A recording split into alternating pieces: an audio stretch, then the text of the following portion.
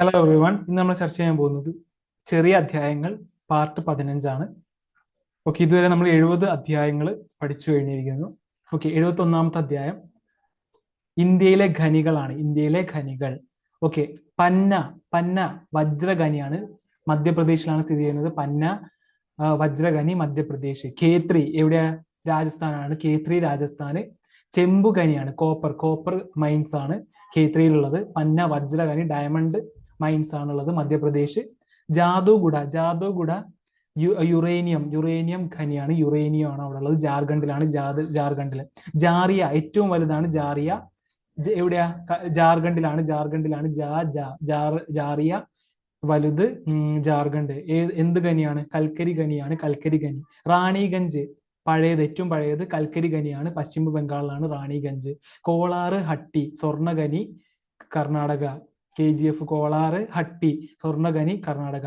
ബൈലാദിയ ഇരുമ്പയിര് ഖനിയാണ്. ഇരുമ്പയിര് ഖനി ഛത്തീസ്ഗഡിലാണ് ബൈലാദിയ. മയൂർഭഞ്ച് ഇരുമ്പയിര് ഒഡീഷ. മയൂർഭഞ്ച് ഒഡീഷയിലാണ്. സുന്ദർഗഡ് ഇരുമ്പയിര് ഒഡീഷ. അപ്പൊ മയൂർഭഞ്ചും സുന്ദർഗഡും ഒഡീഷയിലാണ്. രണ്ടും ഇരുമ്പയിര് ഖനനമാണ്. ഓക്കെ, ബലംഗീർ ബോക്സൈറ്റ് ആണ്. ബോക്സൈറ്റ് ഒഡീഷയിലാണ് സ്ഥിതി ചെയ്യുന്നത്. ഒഡീഷയിൽ ബലംഗീർ. മുംബൈ ഹൈ മഹാരാഷ്ട്രയാണ്. എണ്ണപ്പാടം. ദിഗ്ബോയ് പഴയതാണ്. എണ്ണപ്പാടം ആസാമിലാണ് ദിഗ്ബോയ് ഉള്ളത്. ഓക്കെ, അപ്പൊ ഇന്ത്യയിലെ ഖനികൾ പന്ന വജ്രഖനി മധ്യപ്രദേശ്, ഖേത്രി ചെമ്പുഖനി രാജസ്ഥാന്, ജാദുഗുഡ യുറേനിയം ജാർഖണ്ഡ്,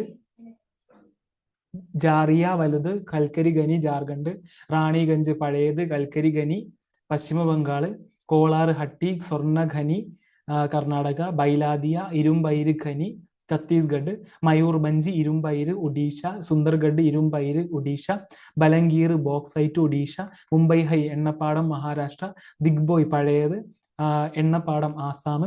ഓക്കെ, അടുത്തത് അധ്യായം 72ആണ്. ഇന്ത്യയിലെ പ്രധാന അണക്കെട്ടുകളാണ് പഠിക്കാൻ പോകുന്നത്. ഇന്ത്യയിലെ പ്രധാന അണക്കെട്ടുകൾ. ഓക്കെ, അലമാട്ടി ഏത് നദിയാണ്? കൃഷ്ണ നദിയിലാണ്. എവിടെയാണ് സ്ഥിതി ചെയ്യുന്നത്? കർണാടക. അലമാട്ടി കൃഷ്ണ കർണാടക. സർദാർ സരോവർ ഏത് നദിയിലാണ്? നർമ്മദയിലാണ് സർദാർ സരോവർ സ്ഥിതി ചെയ്യുന്നത്. എവിടെയാണ്? ഗുജറാത്തില്. കക്രപ്പാറ ഗുജറാത്ത്. താപ്തി നദിയിലാണ്. ഉക്കായി ഗുജറാത്തിലാണ്. താപ്തി നദിയിലാണ്. കൃഷ്ണസാഗർ കാവേരിയിലാണ്. കാവേരിയില് കർണാടക. നാഗാർജുന സാഗർ കൃഷ്ണ നദിയിലാണ്. തെലുങ്കാന ആന്ധ്ര. നാഗാർജുന സാഗർ തെലുങ്കാന ആന്ധ്ര കൃഷ്ണ നദി. ഓങ്കാരേശ്വർ നർമ്മദ നദിയിലാണ്. മധ്യപ്രദേശ്. തെഹിരി ഭാഗീരഥി ഉത്തരാഖണ്ഡ്. തെഹിരി ഏത് നദിയിലാണ്? ഭാഗീരഥി ഉത്തരാഖണ്ഡ്. ഹിരാക്കുഡ് മഹാനദിയിലാണ്. മഹാനദിയിൽ ഒഡീഷയിലാണ്. ഒഡീഷ. ഹിരാക്കുഡ് ഒഡീഷ മഹാനദി. പോങ് ഹിമാചൽ പ്രദേശാണ്. ബിയാസ് നദിയിലാണ്. ബിയാസ് നദി. ഫറാക്ക ബാരേജ് ഗംഗയിലാണ്. ഫറാക്ക ബാരേജ് ഗംഗ പശ്ചിമ ബംഗാള്. മേട്ടൂർ തമിഴ്നാടാണ്. കാവേരി നദിയിലാണ്. Okay, Kallanai grand. Okay, Kaveri നദിയിലാണ്. തമിഴ്നാട്. തെയ്ന് രഞ്ജിത്ത് സാഗർ രവി നദിയിലാണ്. പഞ്ചാബിലാണുള്ളത്. പഞ്ചാബ്. ബക്ര അണക്കെട്ട് ഹിമാചൽ പ്രദേശാണ്. ഹിമാചൽ. സത്ലജ് നദിയിലാണുള്ളത്. നങ്കൽ അണക്കെട്ട് സത്ലജ് പഞ്ചാബ്.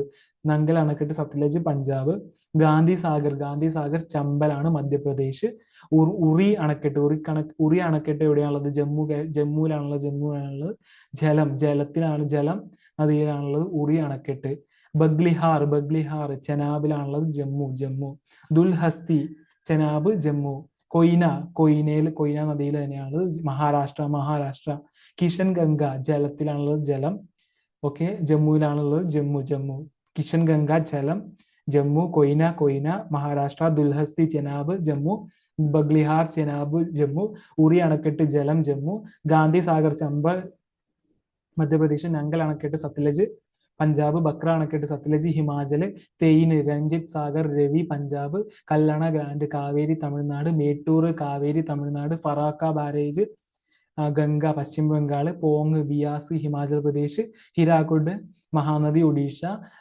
തെഹിരി ഭാഗീരഥി ഉത്തരാഖണ്ഡ്. ഓംകാരേശ്വർ നർമ്മദ മധ്യപ്രദേശ്. നാഗാർജുന സാഗർ കൃഷ്ണ തെലങ്കാന ആന്ധ്ര. കൃഷ്ണസാഗർ കൃഷ്ണരാജസാഗർ കാവേരി കർണാടക. ഉക്കായി താപ്തി ഗുജറാത്ത്. കക്രപാറ താപ്തി ഗുജറാത്ത്. സർദാർ സരോവർ നർമ്മദ ഗുജറാത്ത്. അലമാട്ടി കൃഷ്ണ കർണാടക. ഓക്കെ, നെക്സ്റ്റ് അധ്യായം 73 കീടനാശിനികളുടെ നിറങ്ങൾ. കീടനാശിനികളുടെ നിറങ്ങൾ. ചുവപ്പ് ത്രികോണം മാരക വിഷാംശമാണ് മാരക വിഷാംശം സൂചിപ്പിക്കുന്ന നിറങ്ങൾ ഏതാ?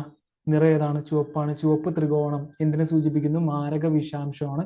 മഞ്ഞ ത്രികോണം കൂടിയ വിഷാംശം. മഞ്ഞ ത്രികോണം കൂടിയ വിഷാംശം. നീല ത്രികോണം സാധാരണ വിഷാംശം. നീല ത്രികോണം സാധാരണ വിഷാംശം.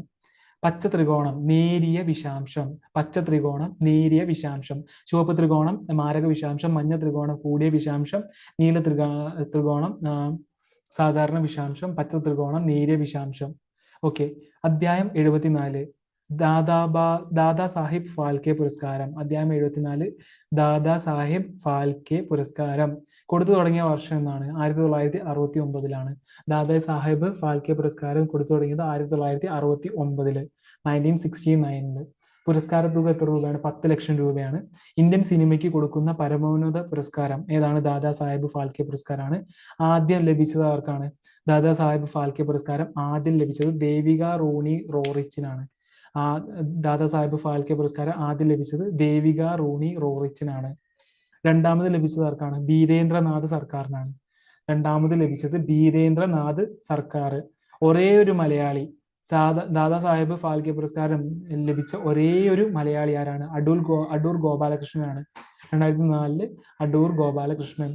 ആദ്യ സിനിമാ നടൻ ആരാണ്? പൃഥ്വിരാജ് കപൂർ ആണ്, മരണാനന്തരം. ആദ്യ സിനിമാ നടൻ പൃഥ്വിരാജ് കപൂർ, മരണാനന്തരം. ഫാൽക്കെ പുരസ്കാരവും ഭാരതരത്നവും ലഭിച്ച വ്യക്തികൾ ആരൊക്കെയാണ്? ലതാ മങ്കേഷ്കറും അതുപോലെ സത്യജിത് റേയും. ഫാൽക്കെ പുരസ്കാരവും ഭാരത് രത്നയും ലഭിച്ച വ്യക്തികൾ ലതാ മങ്കേഷ്കർ, സത്യജിത് റേ. അവസാനമായി കൊടുത്തത് ഓക്കെ, ദാദാ സാഹിബ് ഫാൽക്കെ പുരസ്കാരം അവസാനമായി കൊടുത്തത് 53ാമത്തെ അവാർഡ് 2021 53ാമത്തെ അവാർഡ് ആർക്കാ കൊടുത്തത്? വഹീദ റഹ്മാനാണ് കൊടുത്തത്.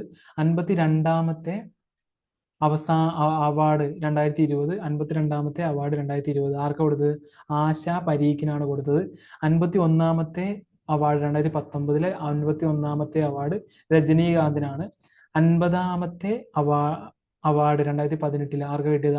അമിതാഭ് ബച്ചനാണ്. അപ്പൊ 50ാമത്തെ അവാർഡ് 2018 അമിതാഭ് ബച്ചൻ. 51ാമത്തെ 2019 രജനീകാന്ത്. 52 2020 ആശ പരീഖ്.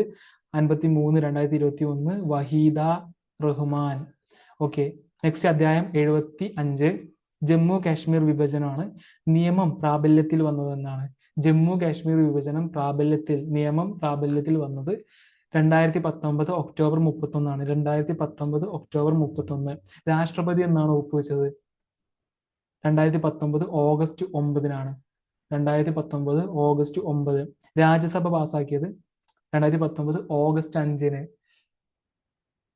രാജ്യസഭ പാസാക്കിയത് 2019 ഓഗസ്റ്റ് 5. ലോക്സഭ പാസാക്കിയത് 2019 ഓഗസ്റ്റ് 6. സോ ജമ്മു കാശ്മീർ വിഭജനം നിയമം പ്രാബല്യത്തിൽ വന്നത് 2019 ഒക്ടോബർ 31. രാഷ്ട്രപതി ഒപ്പുവെച്ചത് 2019 ഓഗസ്റ്റ് 9. രാജ്യസഭ പാസാക്കിയത് 2019 ഓഗസ്റ്റ് 5. ലോക്സഭ പാസാക്കിയത് 2019 ഓഗസ്റ്റ് 6. അപ്പൊ രാജ്യസഭ പാസാക്കിയതിനു ശേഷമാണ് ലോക്സഭ പാസാക്കിയത്. ഓക്കെ, ബില്ല് പാർലമെന്റിൽ അവതരിപ്പിച്ചതാരാണ്? അമിത് ഷായാണ്. അമിത് ഷാ. നിലവിൽ ഉണ്ടായിരുന്ന പീനൽ കോഡായ രണബീർ പീനൽ കോഡ് മാറി ഇന്ത്യൻ പീനൽ കോഡ് നിലവിൽ വന്നു. പ്രത്യേക പദവി നൽകിയിരുന്ന 370 അനുച്ഛേദം റദ്ദാക്കി. പ്രത്യേക പദവി നൽകിയിരുന്ന 370 അനുച്ഛേദം റദ്ദാക്കി. ജമ്മുവിൽ സ്ഥിര താമസക്കാർക്ക് പ്രത്യേക ആനുകൂല്യം നൽകിയിരുന്ന 35A അനുച്ഛേദം റദ്ദാക്കി. ജമ്മുവിൽ സ്ഥിരതാമസക്കാർക്ക് പ്രത്യേക ആനുകൂല്യം നൽകിയിരുന്ന 35th 35A ആർട്ടിക്കിൾ റദ്ദാക്കി. ജമ്മു കാശ്മീരിനെ 2 കേന്ദ്രഭരണ പ്രദേശങ്ങളാക്കി മാറ്റി. നിയമസഭയോട് കൂടിയ ജമ്മു കാശ്മീർ. നിയമസഭയോട് കൂടി ജമ്മു കാശ്മീർ. നിയമസഭയില്ലാതെ ലഡാക്ക്. ലഡാക്ക് കേന്ദ്രഭരണ പ്രദേശം നിലവിൽ വന്നത് എന്നാണ്? 2019 ഒക്ടോബർ 31-നാണ്. 2019 ഒക്ടോബർ 31. ഓക്കെ, അന്നേ ദിവസം തന്നെയാണ് നിയമം പ്രാബല്യത്തിലും വന്നത്. ഓക്കെ, ജമ്മു കാശ്മീർ ലഡാക്ക് ഹൈക്കോടതി എവിടെയാണ്? ജമ്മു കാശ്മീർ ലഡാക്ക് ഹൈക്കോടതി ജമ്മു കാശ്മീർ തന്നെയാണ്. ജമ്മു നിയമസഭയുടെ കാലാവധി 5 വർഷം. ജമ്മു നിയമസഭയുടെ കാലാവധി എത്ര വർഷമാണ്? 5 വർഷമാണ്. നിയമസഭയുള്ള കേന്ദ്ര ഭരണ പ്രദേശങ്ങൾ ഏതൊക്കെയാണ്? 3 എണ്ണമാണ്. എത്ര എണ്ണം ഉള്ളത്? 3 എണ്ണം. ഡൽഹി, പുതുച്ചേരി, ജമ്മു. ഡൽഹി, പുതുച്ചേരി, ജമ്മു. നിയമസഭയുള്ള കേന്ദ്രഭരണ പ്രദേശങ്ങൾ 3 എണ്ണമാണുള്ളത്. ഡൽഹി, പുതുച്ചേരി, ജമ്മു. 370 പിൻവലിച്ചതിനു ശേഷം ജമ്മുവിലെ ക്രമസമാധാനം നിലനിർത്തുന്നതിനായി ആർമി ആരംഭിച്ച ഓപ്പറേഷൻ മിഷൻ റീച്ച് ഔട്ട്. 370 പിൻവലിച്ചതിനു ശേഷം ജമ്മുവിലെ ക്രമസമാധാനം നിലനിർത്തുന്നതിനായി ആർമി ആരംഭിച്ച operation mission reach out. Thank you so much for listening. Will see next video. By.